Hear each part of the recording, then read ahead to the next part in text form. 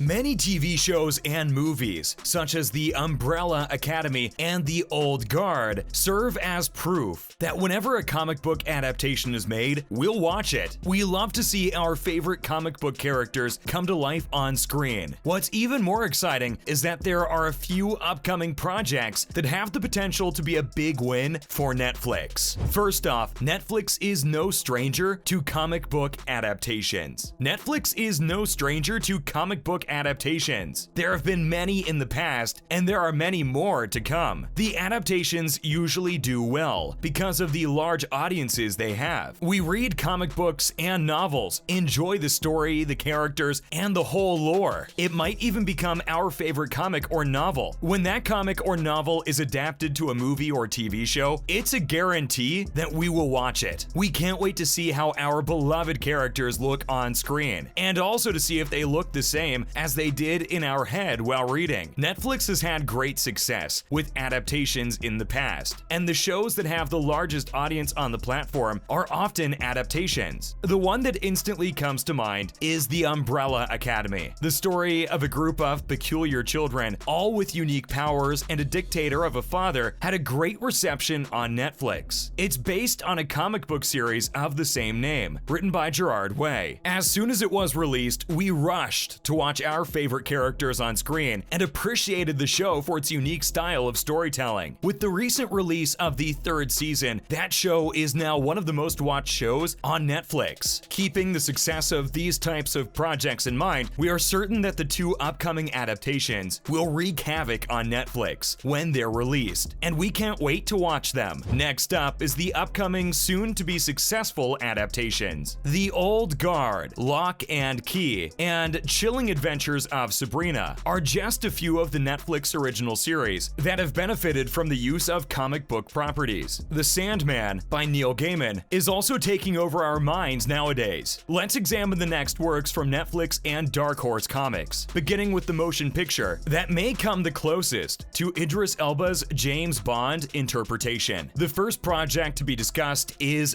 Bang, a 2020 comic series that will center on the greatest of all time secret agents battling a terrorist group that is planning to change people's thoughts as they read them. The primary spy is entrusted with overthrowing the author of possibly hazardous reading material, but it won't be as simple as it sounds. David Leitch, who recently released his latest spy action film Bullet Train, starring Brad Pitt, will helm Netflix's Bang. Leitch has previously helmed films like Hobbs and Shaw, Atomic Blonde, Deadpool 2, and more. The dude obviously knows what he's doing, especially considering that he used to perform stunts. The script for Bang was written by Matt Kindt, the creator of the original comics, and Zach Olkowicz, who also wrote the narrative for Netflix's Fear Street 1978 and the aforementioned summer blockbuster Bullet Train. Netflix hasn't provided any release information for Bang, but given that it's still in the very early stages of development, we can only assume a later 2023 or 2024 release date. Next in line is Mind MGMT, a famous comic book series whose adaptation is being developed by Netflix. In the show, a young woman discovers the top secret mind management program by accident. As she searches for the man who was mind management's greatest success and its most disastrous failure, she encounters weaponized psychics, hypnotic advertising, talking dolphins, and seemingly immortal pursuers. But can she really believe what she sees in a place where individuals have the power to alter reality itself? Curtis Gwynn, the author of Stranger Things, will pen the episodic adaptation. According to Netflix, however, we don't know who will appear in front of the camera. If anyone is skilled at telling tales that captivate millions of streaming viewers, it's the Stranger Things writer. So this show is something to definitely look forward to. We can't wait for both of these projects. Both are being made by trusted good producers and directors. Bang also has Idris Elba as the main actor, so there's no chance we'll miss it. So will Netflix benefit from these adaptations? There are two ways a comic adaptation can go. Either it's highly appreciated or it's hated. In the scenario where we don't like these projects, it's because they might deviate from their original comic or novel content. This is usually done to cut the movie short or make it appear more screen-friendly. Obviously, if you mess with our famous characters, you will face some backlash for it. So it's it's important to do it right, with scripts that satisfy while staying true to the actual version. On the other hand, we might love them and pop off if they're made with care. If this is the case, then that's not just good for the creators, but for the streaming service as well. We often buy subscriptions just for a particular show. Most of us bought HBO Max subscriptions for Game of Thrones and bought Netflix subscriptions for Bridgerton. So if these new upcoming projects work well, they'll end up being really good for Netflix. Comic book adaptations are always a gamble. We still can't wait to see how the new upcoming projects look on screen and if they do justice to the comics or not. And now for some other news. First off, will a spin-off of The Sandman be possible? Both critics and viewers continue to praise The Sandman on Netflix, and its ranking in the top 10 suggests that many of us are watching. One idea that's been floating around, and one that Neil Gaiman himself has emphasized, is that The Sandman might benefit from a spin-off for a particular character. That would be Jenna Coleman, a seasoned Doctor Who actor who portrays Joanna Constantine, who is a standout actor among the talented ensemble. She only appears in a few episodes of the series. Even Neil Gaiman, who for decades had been wary of any Sandman adaptations before this one, is in favor of the notion. Some of us appear to be unsure of who Joanna Constantine is. Some claim that she is a recast, gender-flipped version of the more famous John Constantine, but that is not true. Joanna Constantine is in fact his ancestor. However, when they offer her things like a piece of John's Astra narrative, the program does make it just a little bit more perplexing. It's still unclear whether a Joanna Constantine spin-off would be feasible given the Netflix WB agreement that was made for Sandman to be created. This feels a little bit premature because Sandman hasn't even received a season 2 renewal, but if Netflix wants to capitalize on what already seems to be a popular, lucrative hit, they might look into expanding the Sandman universe. It's not yet clear if we'll even get a season 2 or not, but given how interesting Joanna Constantine was, we'd be over the moon if a spin-off is made. Next up, what do we know about Palomino, the series? The creators of The Crown are currently working on a new Netflix series called Palomino. Filming for the female-driven thriller series will start in September 2022. Erin Coyantes, a British teacher working in Spain who gets involved in a robbery at a grocery store, will be the subject of Palomino. Her life is in danger as one of the criminals claims to know who she is. She must strive to clear her name and defend her family in the secretive village of Palomino. As a writer and showrunner, Jack Lothian is in charge of the production. Originally scheduled to last from March to August 2022, filming will now begin in a few months, according to a tweet from Lothian. According to recent reports, filming would start on September 5th, 2022, last for many weeks, and then wrap up on October 31st, 2022. Dates for filming could change as usual. This looks like a series that we'd want to look out for. This story with Jack Lothian in charge, you know it's going to be good. Finally, in August 2022, The Witcher: Blood Origin won't be available on Netflix. In August 2022, Netflix won't be getting The Witcher: Blood Origin. The spin-off of the wildly popular fantasy series The Witcher has been eagerly anticipated ever since it was initially revealed in July 2020. The prequel takes place in the same universe as Henry Cavill's Geralt of Rivia, but it will concentrate on an elven world 1,200 years before the show and explore the crucial conjunction of the spheres when the realms of monsters, men, and elves collided. Unfortunately, Netflix is still mum on exactly when in December the show will be streamable. Even while this might be a little disappointing, we do not doubt that additional news and details will emerge as the Netflix release date approaches. The Witcher was a treat to watch, which means this will also be far from boring. That's a wrap for this video. Which of these two projects are you the most excited about? Let us know in the comments below. Make sure to give this video a thumbs up and subscribe to our channel for more videos like this. See you in the next one.